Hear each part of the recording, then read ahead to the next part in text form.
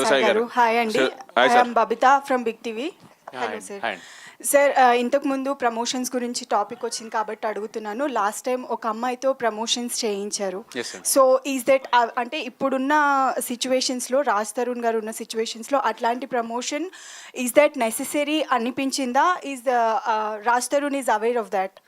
No అండి, తనకు తెలియదు, తనకు తెలియకుండానే చేసిందండి. మేము అంటే promotions to be frank okay, cinema need to talk అని అంటాం కదా, అక్కడ పెట్టిన ప్రతి లైన్ సినిమా గురించి చెప్పిందేనండి, కాకపోతే సింక్ అయింది అంతే. అంటే అదే ఇప్పుడున్న సిచ్యువేషన్స్లో రాజ్ తరుణ్ గారు ఇలాంటివి ఫేస్ చేస్తున్న టైంలో అంటే అంత డేర్ ఎందుకు తీసుకోవాలి అనిపించింది అనేది I just wanted to know. అంటే సినిమా చేయడమే డేర్ కదండి, ప్రమోషన్ గురించి అదే అడుగుతున్నాను. That's part of movie.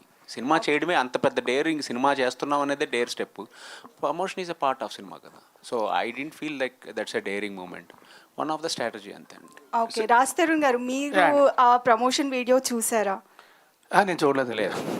Okay, నాకు చెప్పారు, వచ్చిందని చెప్పారు, నేను చూడలేదు. నేను షూట్ ఆల్ ది బెస్ట్ అండి.